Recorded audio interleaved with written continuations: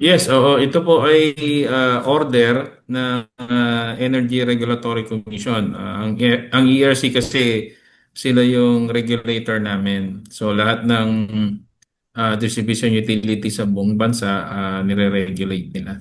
Ngayon, yung kanilang order ng suspension of disconnection covers three billing periods po, ma'am. Ang pinag-uusapan po natin ay billing periods o kaya yung billing cycle. Sa ngayon, although May na, May 8 to be exact, nagpuputol pa rin kami. Pero ang pinuputol po namin, hindi po yung bill ng May. Ang pinuputol po namin ay yung March at saka April bill. So, pagdating po ng May bill, ito po yung covered ng suspension order ng mga customers kung dumating po sa kanila yung kanilang bill na May. Ito po yung hindi po namin i-disconnect. And then pati din po yung June bill nila and then yung kanilang July bill. So hanggat hindi natatapos yung 3 buwan na yan o 3 billing periods na yan, hindi po kami magdi-disconnect. Ang order po is all customers, residential and non-residential customers. Kanya lang yung mga customers na may konsumo na 200 kilowatt hours and below, sila po ay pwedeng mag-avail ng installment basis yung kanilang May, June at July billing. Ah, Yun nga lang, kailangan nilang pumunta dito sa opisina at mag-apply sila ng installment. Oh. Pero kung ayaw naman na nila na mag-enter into installment, pwede namang sa August na nila bayaran yung 3 bills na yon, yung May, June, July.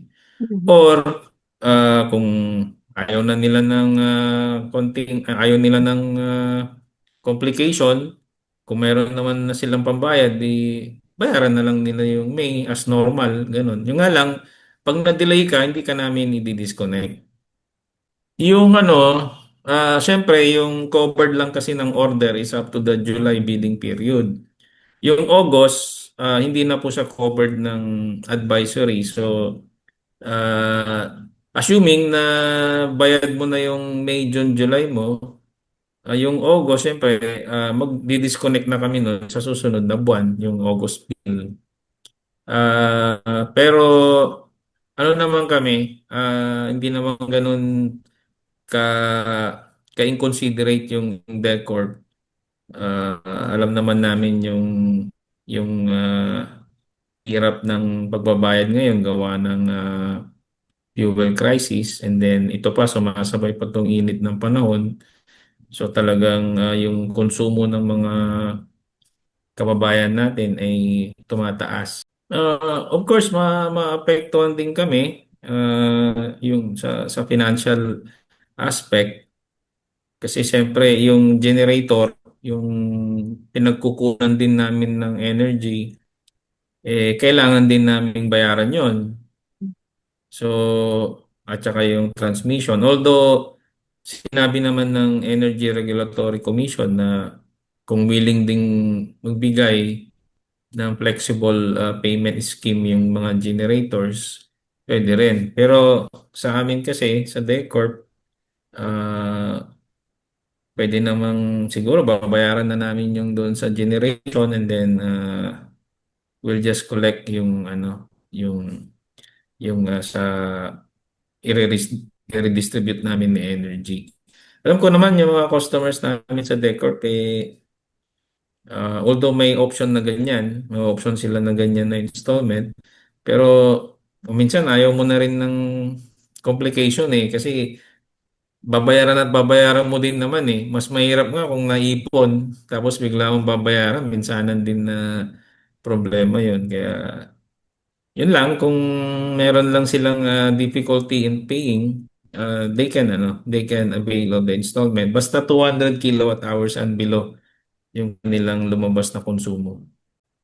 Sa ngayon, wala pa naman pong indication na may shortage sa supply.